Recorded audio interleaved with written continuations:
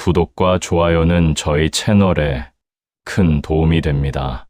여러분, 이 겨울 누구의 차가운 말 한마디에 마음이 얼어붙은 적이 있으신가요? 잠시 멈춰 보십시오. 지난 한 해를 돌아보면 우리는 얼마나 많은 관계에 무게를 짊어지고 살아왔습니까? 가족과의 작은 마찰, 오랜 친구와의 어긋난 시선, 이웃과의 어색한 침묵. 나이가 들수록 인간관계는 단순해져야 하는데 왜 우리의 마음은 점점 더 복잡해지는 걸까요? 정약용 선생은 유배지 강진에서 이렇게 썼습니다. 사람의 마음은 거울과 같아서 맑으면 만물을 비추고 흐리면 자기조차 보지 못한다. 겨울은 단순히 추운 계절이 아닙니다. 그것은 우리 마음의 온도를 시험하는 계절입니다. 바깥의 찬바람보다 더 매서운 것은 우리 내면의 냉기입니다. 오늘 정약용 선생의 깊은 통찰을 통해 겨울철 인간관계에서 잃어버린 마음의 균형을 되찾는 5가지 방법을 함께 나눠보겠습니다. 이 이야기가 여러분의 마음의 작은 온기가 되기를, 그리고 얼어붙은 관계에 따스한 봄바람이 되기를 진심으로 바랍니다. 정약용 선생이 유배 생활 18년 동안 가장 먼저 한 일이 무엇이었는지 아십니까? 그것은 바로 자신의 마음을 들여다보는 일이었습니다. 선생은 자격문즈징원에서 이렇게 말씀하셨습니다. 매일 아침 일어나 먼저 내 마음을 살피라. 어제의 나는 오늘의 나를 비추는 거울이요. 오늘의 나는 내일의 나를 만드는 씨앗이다. 겨울철의 인간관계가 유난히 어려워지는 이유는 무엇일까요? 날씨 때문일까요? 아닙니다. 우리가 마음의 거울을 닦지 않았기 때문입니다. 이 이야기 하나를 들려드리겠습니다. 70세의 김 선생님이 계십니다. 최근 40년 지기 친구와 크게 다투셨습니다. 작은 오해에서 시작된 일이었지만 서로 한 발짝도 물러서지 않았습니다. 내가 틀렸나?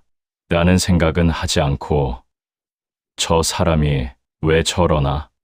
라는 생각만 반복했습니다. 그러던 어느 날 우연히 정약용 선생의 글을 읽게 되었습니다. 남을 탓하기 전에 3번 자신을 돌아보라. 첫째는 내 말에 거칠음이 없었는가? 둘째는 내 마음에 교만함이 없었는가? 셋째는 내 행동에 성급함이 없었는가? 김 선생님은 그제야 깨달았습니다.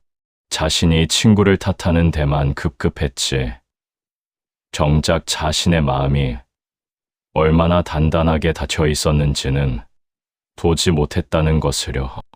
여러분, 인간관계에서 가장 중요한 첫 번째 균형은 바로 자기 성찰입니다.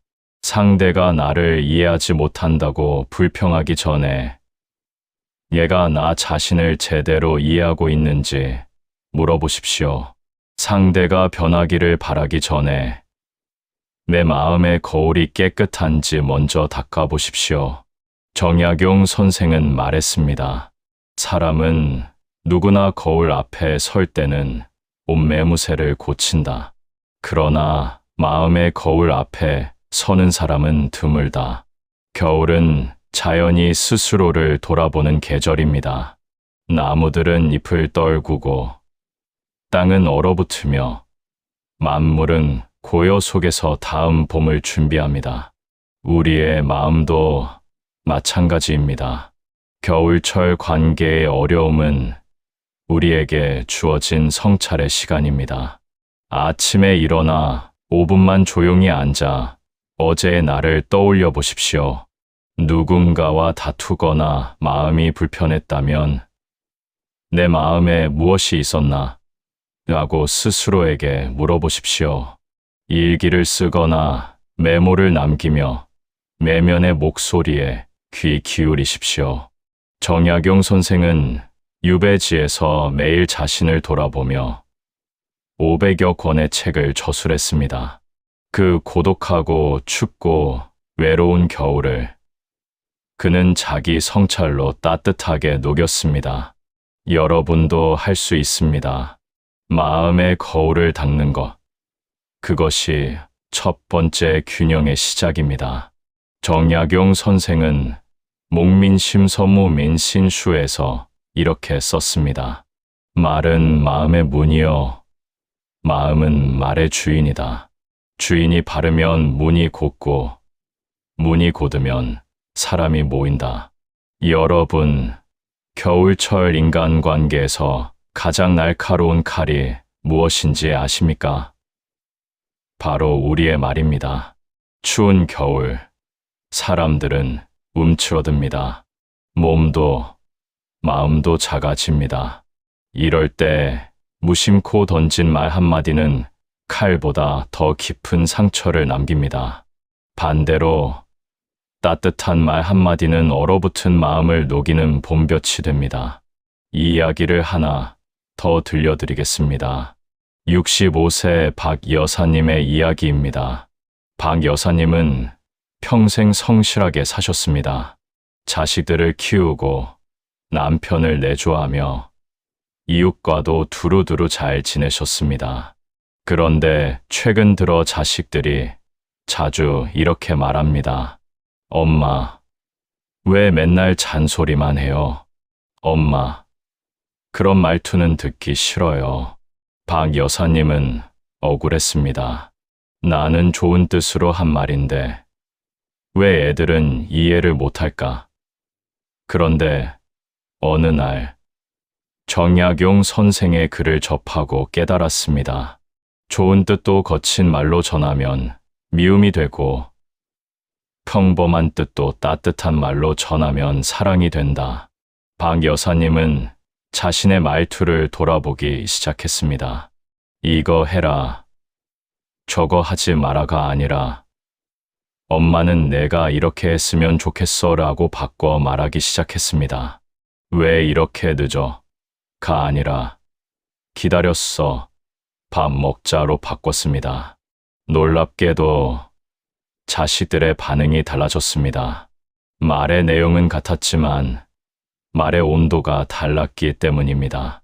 정약용 선생은 아들들에게 보낸 편지에서 이렇게 당부했습니다. 사람을 대할 때는 봄바람처럼 온화하게, 일을 처리할 때는 가을 서리처럼 명확하게 하라.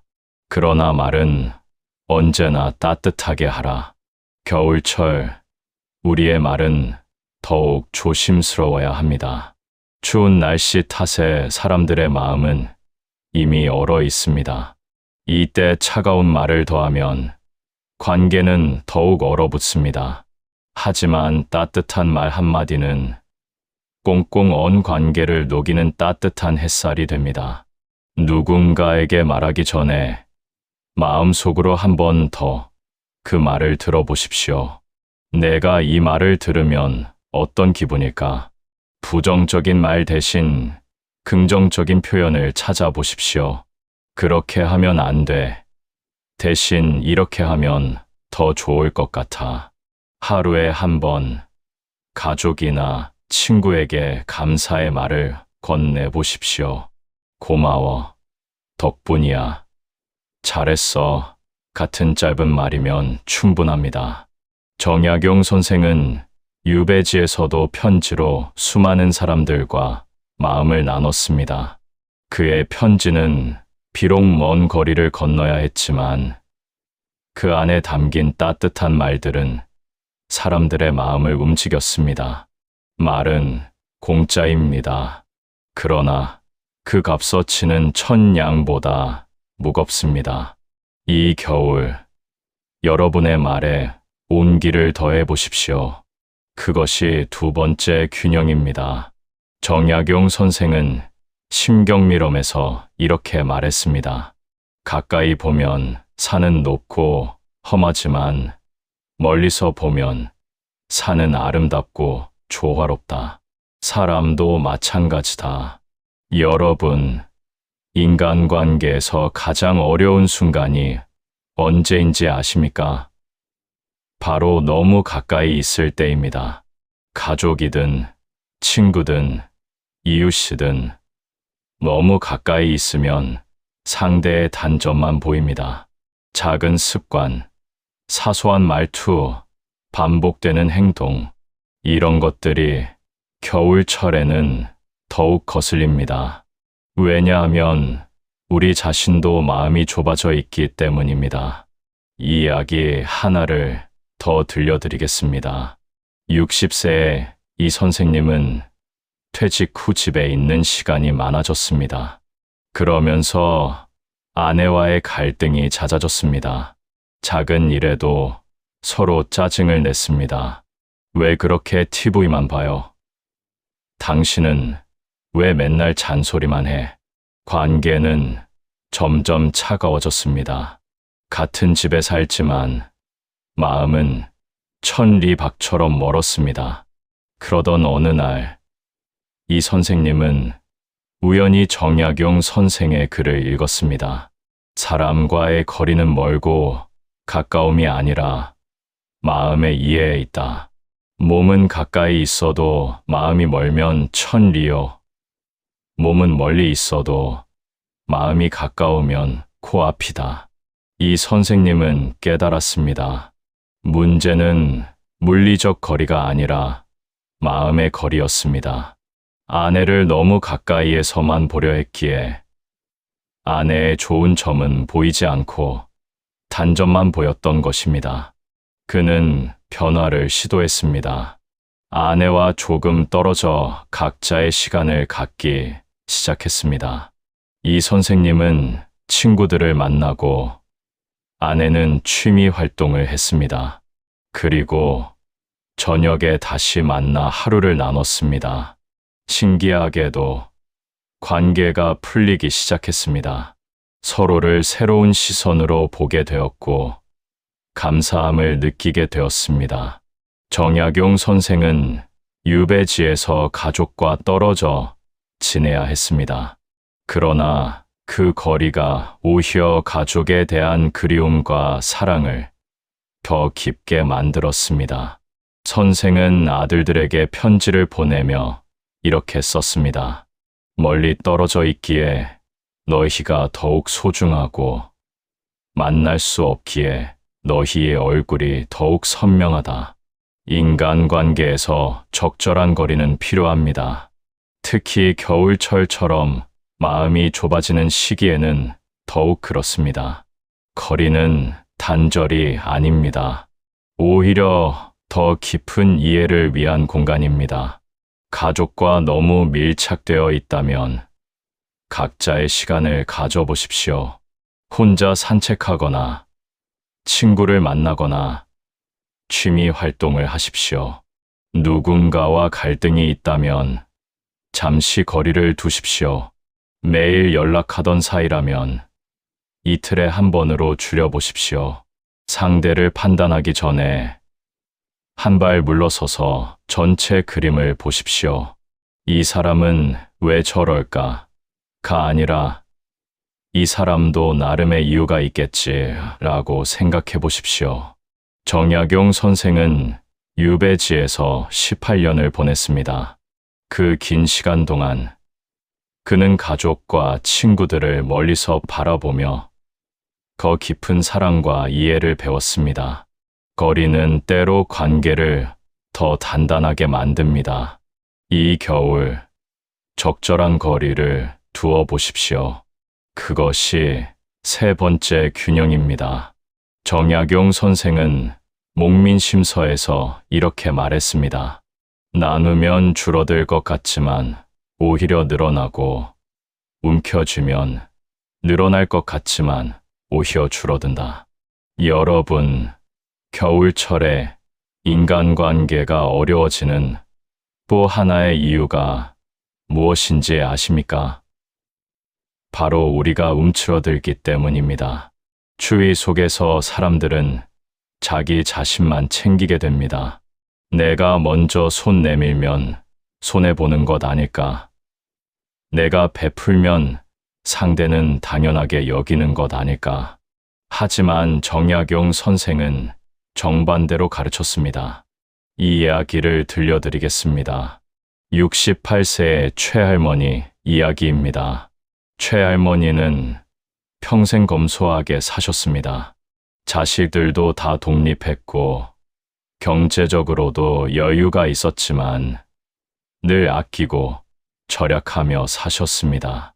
그런데 어느 날 최할머니는 이상한 것을 느꼈습니다. 돈은 있는데 마음이 텅 비어 있는 것 같았습니다.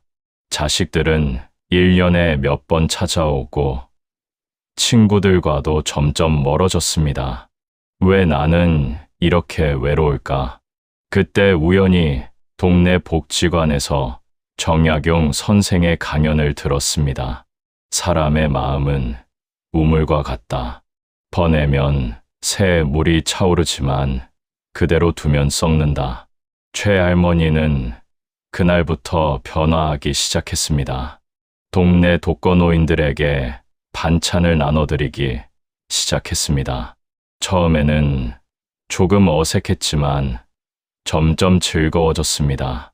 받는 분들의 고마운 표정을 보며 자신의 마음도 따뜻해졌습니다. 또한 손주들에게도 용돈뿐 아니라 시간을 나눠주기 시작했습니다. 함께 산책하고 이야기를 듣고 손을 잡아주었습니다.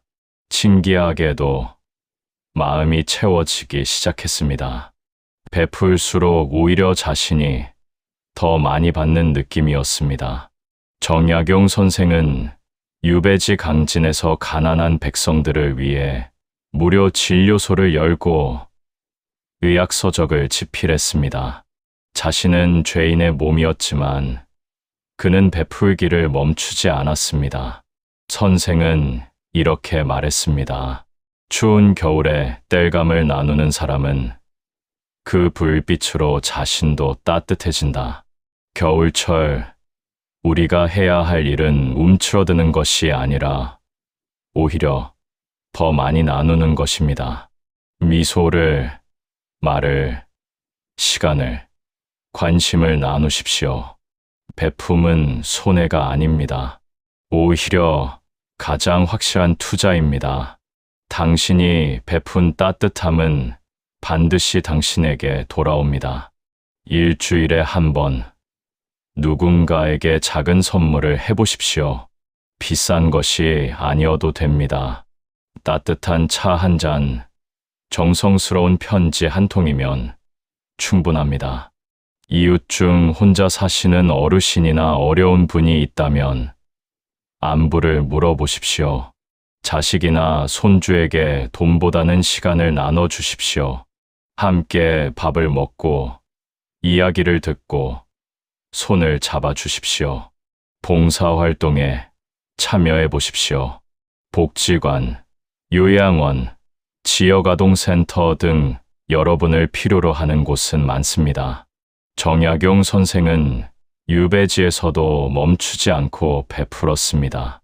그 베품이 오늘날까지 우리에게 전해져 우리의 마음을 따뜻하게 합니다.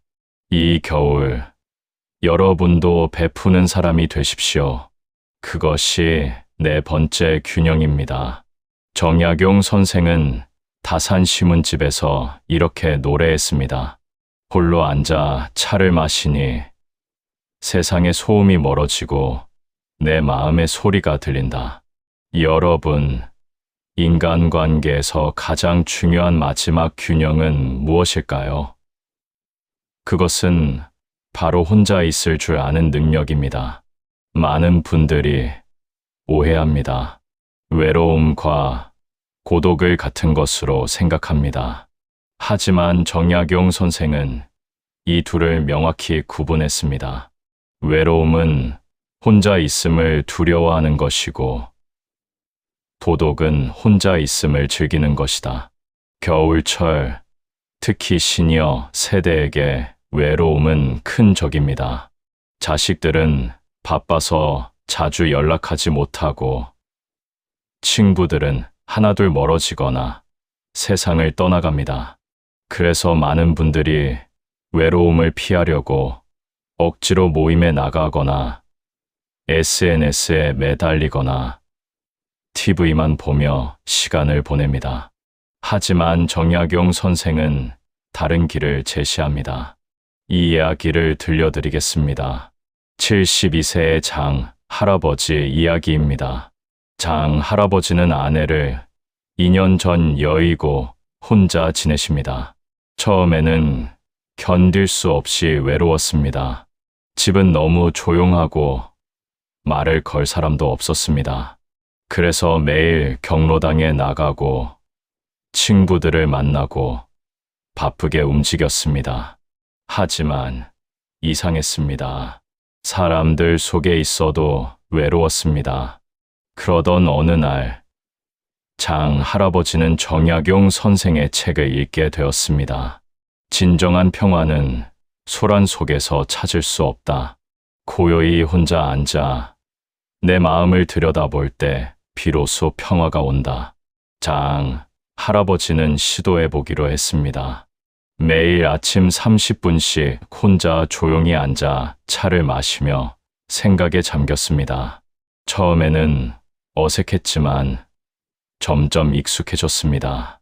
그리고 놀라운 일이 일어났습니다. 혼자 있는 시간이 편안해졌습니다. 오히려 그 시간을 기다리게 되었습니다.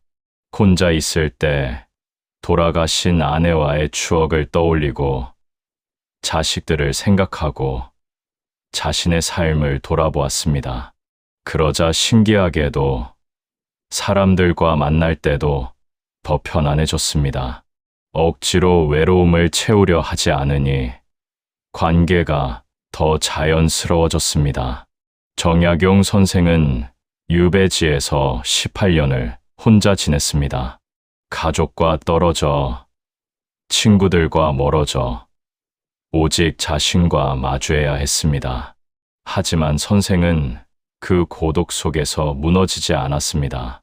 오히려 그 시간을 통해 자신을 더 깊이 이해하고 더 큰 지혜를 얻었습니다. 선생은 이렇게 썼습니다. 혼자 있을 줄 아는 사람만이 진정으로 다른 사람과 함께 있을 수 있다.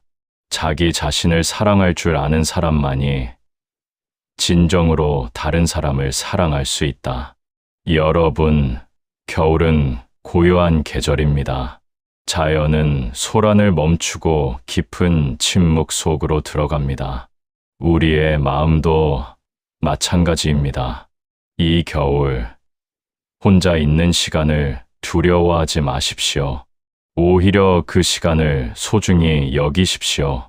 매일 20에 20, 30분 아무것도 하지 않고 조용히 앉아 있는 시간을 가져보십시오. 명상이나 기도 또는 그냥 차 한 잔 마시며 창밖을 바라보는 것도 좋습니다. 일기를 쓰며 자신의 마음을 글로 표현해 보십시오. 자연 속을 혼자 산책하며 내면의 소리에 귀 기울여 보십시오. 혼자 영화를 보거나 책을 읽거나 음악을 듣는 시간을 즐겨 보십시오. 정약용 선생은 고독 속에서 자신을 발견했고 그 발견이 후대에게 엄청난 유산이 되었습니다. 여러분도 할 수 있습니다. 혼자 있는 시간을 통해 자신을 더 깊이 이해하고 더 성숙한 관계를 맺을 수 있습니다. 고독은 외로움이 아닙니다. 그것은 자기 자신과의 깊은 만남입니다. 이 겨울 그 만남을 시작하십시오. 그것이 5번째이자 마지막 균형입니다. 여러분, 우리는 오늘 정약용 선생의 지혜를 빌려 겨울철 인간관계에서 마음의 균형을 잡는 5가지 방법을 살펴보았습니다. 첫째, 거울을 닦듯 마음을 닦는 자기 성찰. 둘째, 말 한마디에 천냥 빚을 갚는 언어의 온도. 셋째, 멀리서 바라보면 보이는 거리의 지혜. 넷째, 베품은 채움이라는 나눔의 철학. 다섯째, 고요 속에서 나를 찾는 고독의 가치. 정약용 선생은 유배지 강진의 추운 겨울을 18년간 견뎌냈습니다. 그 긴 시간 동안 그는 원망하거나 좌절하지 않았습니다.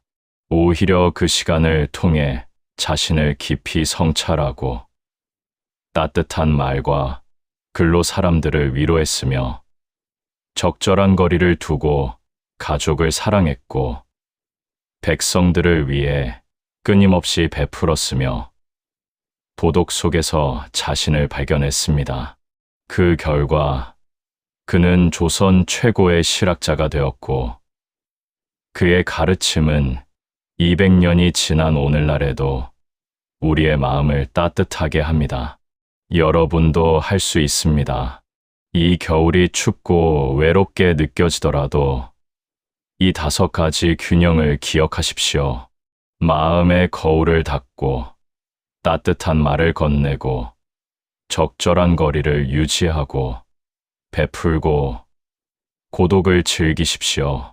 그러면 이 겨울이 끝날 때쯤 여러분은 더 성숙하고 더 평화롭고 더 따뜻한 사람이 되어 있을 것입니다.